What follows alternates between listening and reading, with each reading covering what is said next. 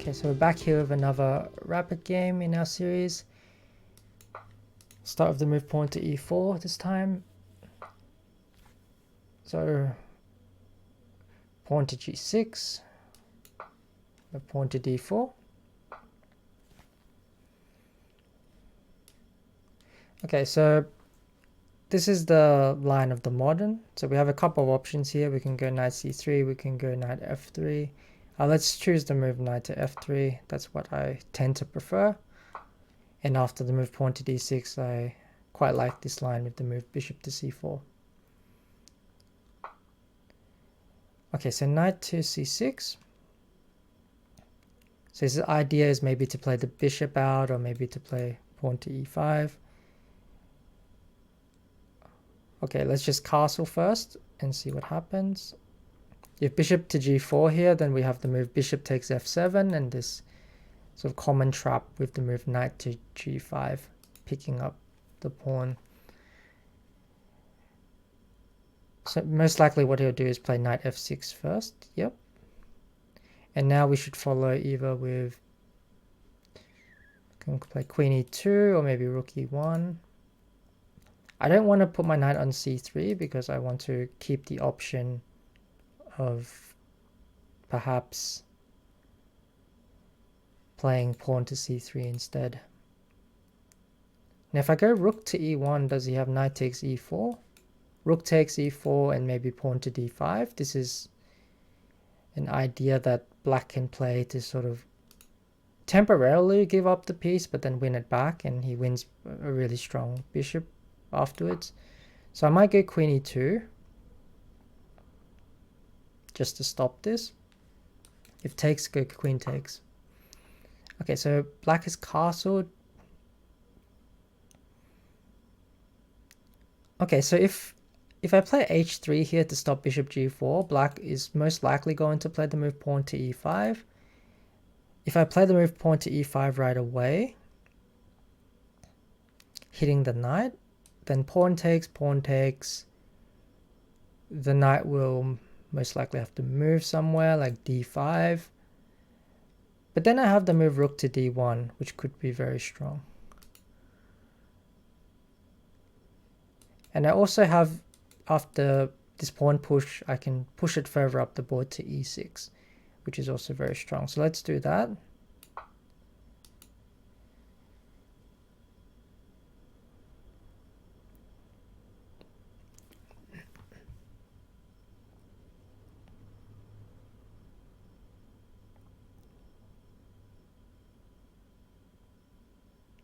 Now, he doesn't have to take, but I'm expecting him to take. That way he gets his square on d5 for his piece.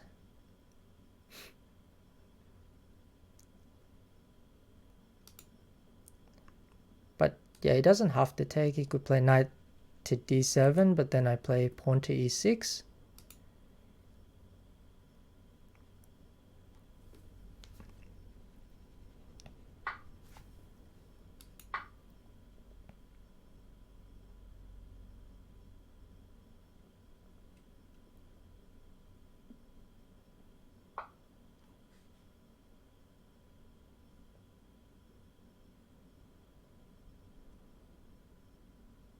Okay, so knight to d5 as expected.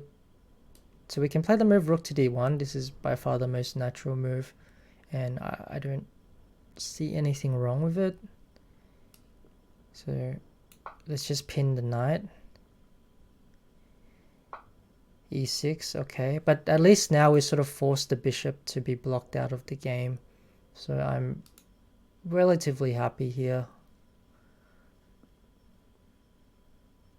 So the question is, how do we put more pressure on black's position? Oh, we don't want to take the knight. Definitely don't want to take the knight. We can play the move bishop to b5, threatening c4 and perhaps trying to damage black's pawn structure. This could be an idea.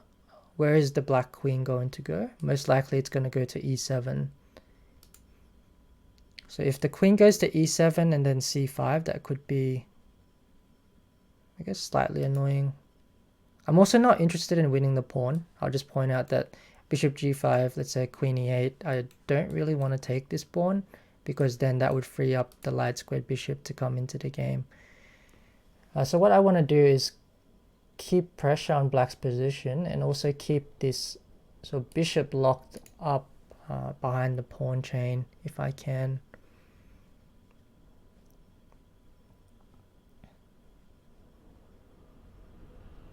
So maybe let's just play bishop to b3. So threaten c4.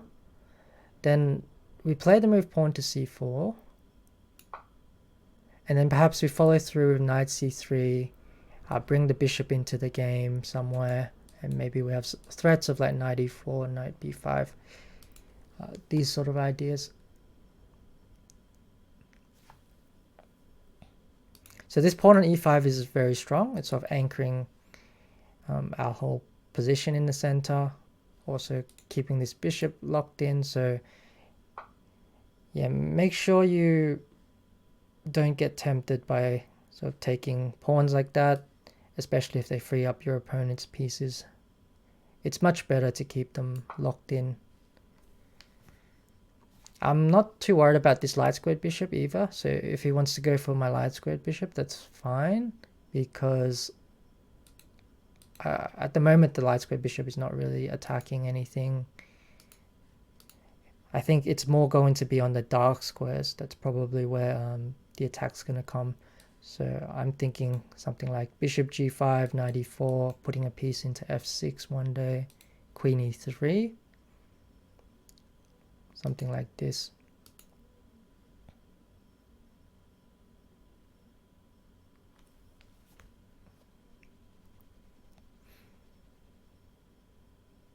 But yeah, he's already like in a pretty tough spot, I think. In knight a5, I'll just ignore it. I also have ideas of maybe bishop f4, h4, h6, something like this.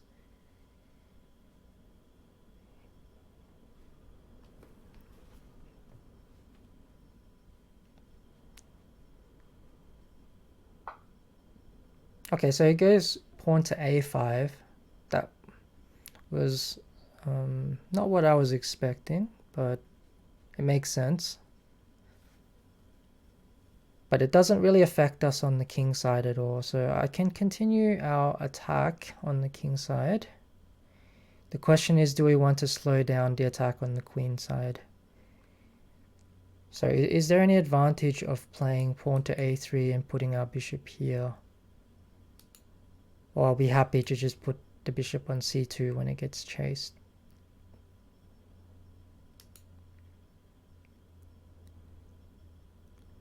So if I go bishop to g5, he plays h6, so I probably can't do that. I can't go knight e4 because then the pawn on e5 is hanging. I can go bishop to f4. I think this is a good option.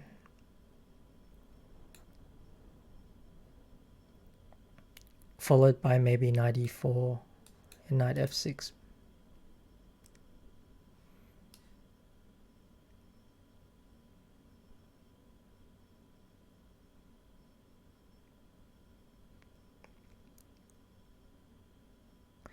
Just considering whether I want to play a3 here. That's the only other option.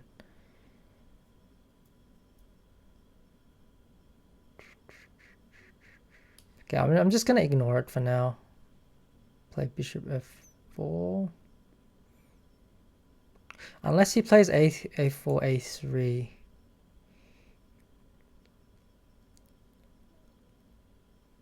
That could be a little bit annoying, actually.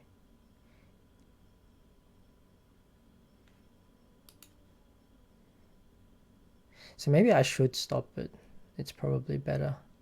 I also have this move knight b5, which I probably should have spent a little bit more time considering.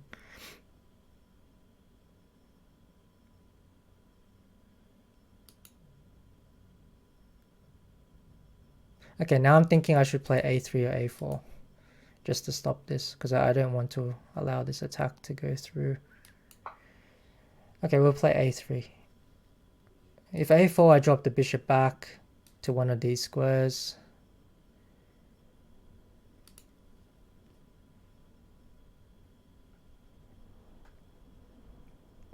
I just didn't want him to play a4, a3, and then sort of open up this diagonal later on with f6. Okay, so now I play bishop to a2. My bishop is bad at the moment, but that's okay. We're sort of focusing more on the dark squares.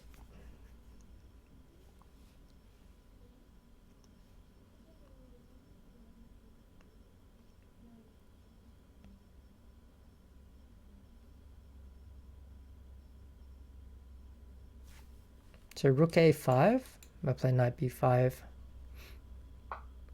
Okay, so knight a5, that makes perfect sense. Now what move can we play here?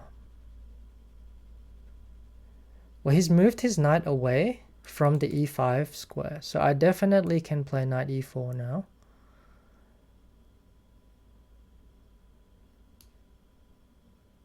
Yeah, I think we go knight e4.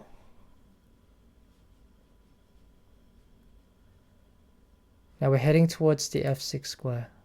We're even threatening maybe bishop h6 next move, just to trade off these dark squared bishops.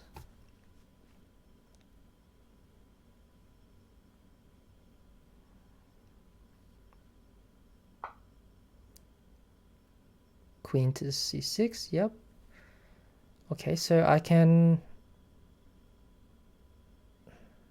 play the move knight to d4.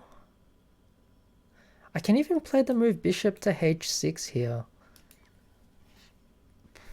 Okay, so after bishop to h6, if bishop takes, I have knight to d4. Now, the queen only has two squares. It has to go to d7 or e8, and then I get this knight fork on f6, winning the queen. So that looks very, very tempting. I also have the move knight to d4 right away, hitting the queen. And if the queen moves backwards, then I can probably just develop one of my pieces after that. Maybe bishop h6 again, or bishop f4. That also looks very, very good. I have moves as well, like bishop to g5 here. So I have a lot of moves in this position. The question is, which one do we want to play? So bishop h6, he takes the pawn, probably just loses the knight.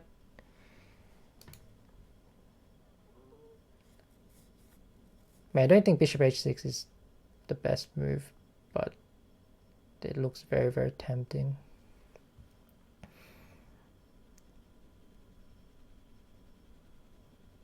Oh, whatever. Okay, I'm just gonna go bishop h6. Looks the most interesting.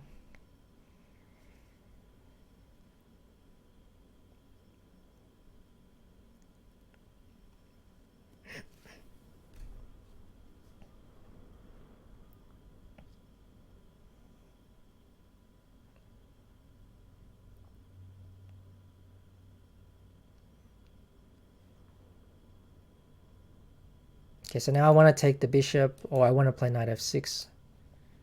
Probably knight f6 next move. Knight f6, bishop takes, I take the rook.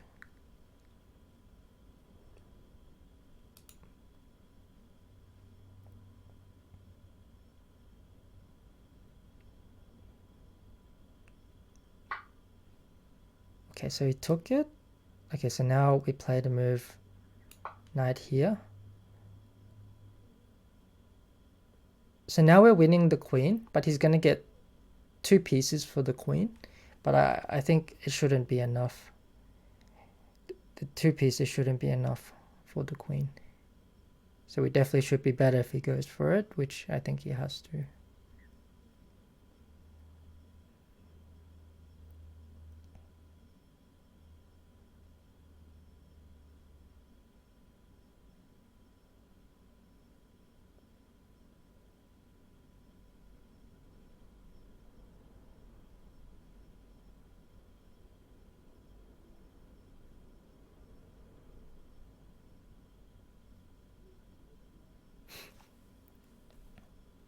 So how does he sacrifice? He can go this way and let me check and take. Oh, he can take straight away.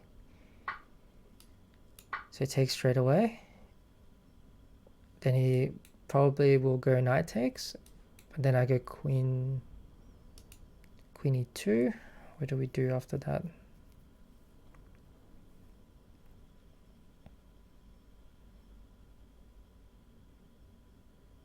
Okay, so if knight takes, I'm thinking maybe we can do a knight trap as well as a queen trap. So we can go knight to b5 and maybe can bait this knight into taking the pawn and then play the move rook to b1, and then that knight on b2 might actually be trapped. So then we can capture it. So you always want to look for opportunities when your opponent has moved a piece really deep into your position. He could take with the other knight though, and then he probably won't run into this problem. Or maybe he still does actually. Knight b5. Yeah, might still run into the same problem. But he doesn't go for that. He goes for bishop to d7.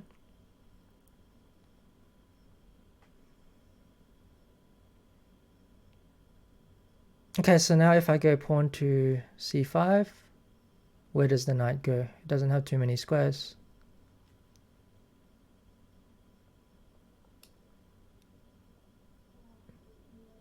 Yeah, it has like no squares to go to. If it goes to d5, we capture.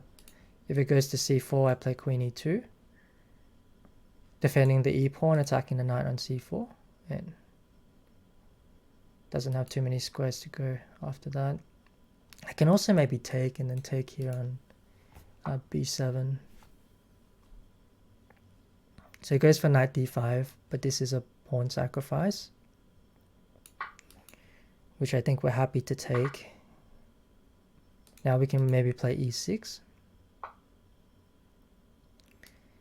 So this would remove one of the bishops off the board. And I think we're very, very happy here. So we play pawn to g3 and then pawn to f4 just to solidify the e5 square.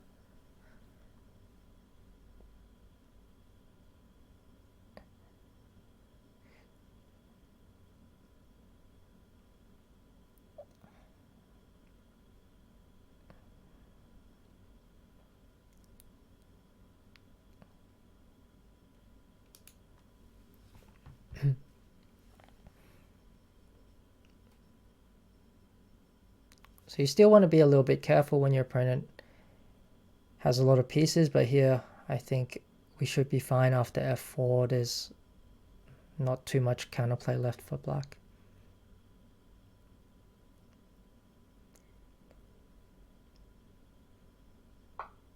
So f4. And now we can drop the queen back to c4 if we need. Bring the rook into d7, double rooks. Also because of this a pawn, he's sort of stuck defending that pawn. Might just move the king out of the way of any possible bishop c5 checks in the future. Rook a5, we have the move rook to c1.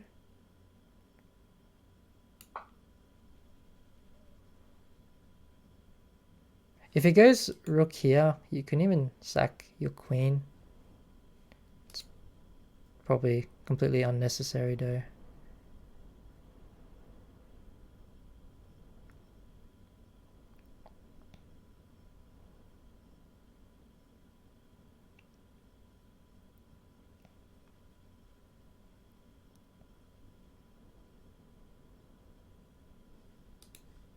Rook b5, rook c2.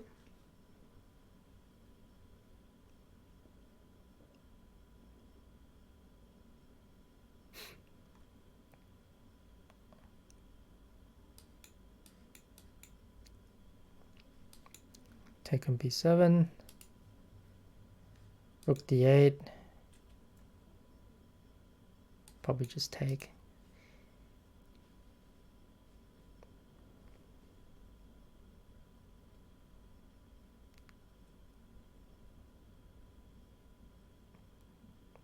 I'll play queen back.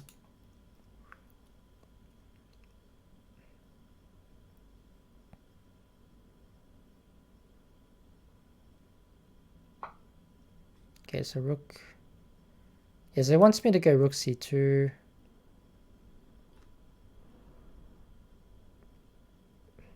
I mean, I don't actually mind sacking the rook because I think we're winning in that position as well.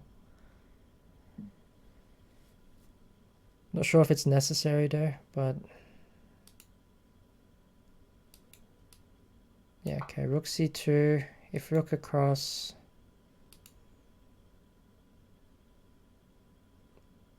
we can sack here even. Might be better if we take that because it like damages the pawns as well. So if we take this,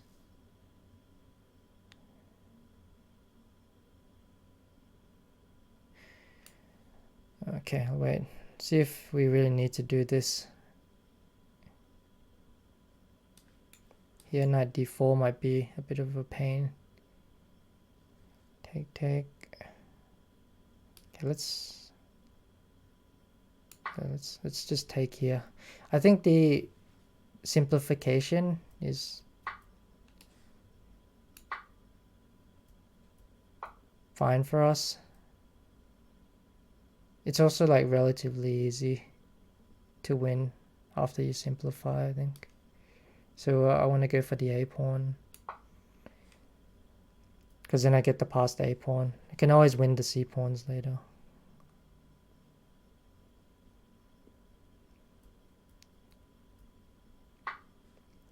Capture.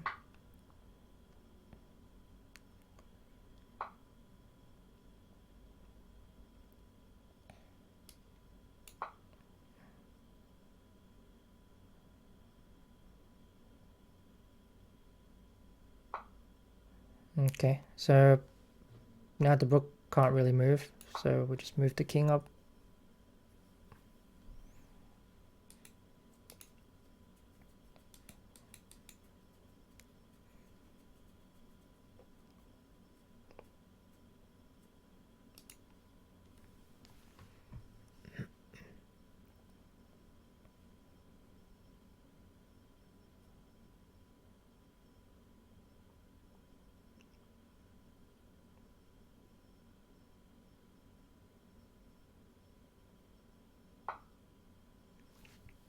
F5. I suppose I just take, play king e4. King wants to get to c4.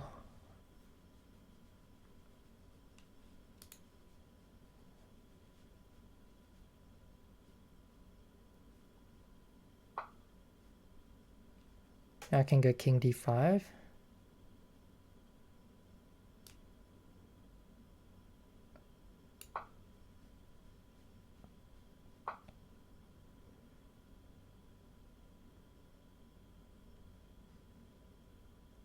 So I guess we take the open file.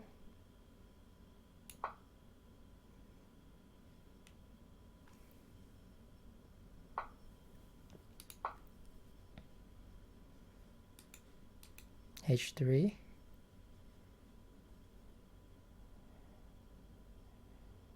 So don't let the king get into the game. We can always sacrifice the rook as well. Rook takes on c5 whenever we want.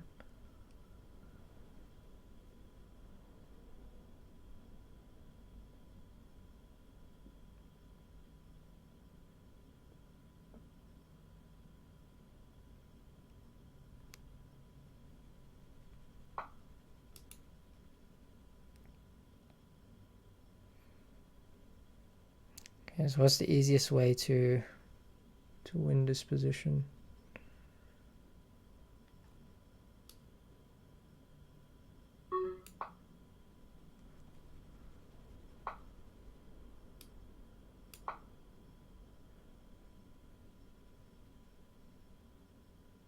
Be nice if I could trade rooks. King here, rook check.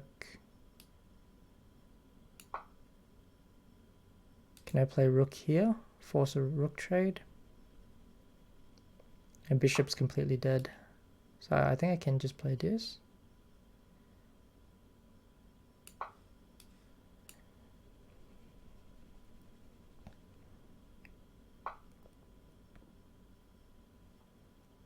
So I just take the pawn.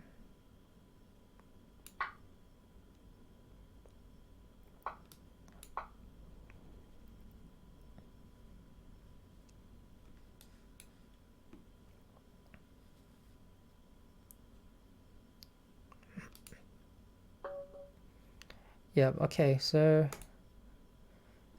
have a quick look.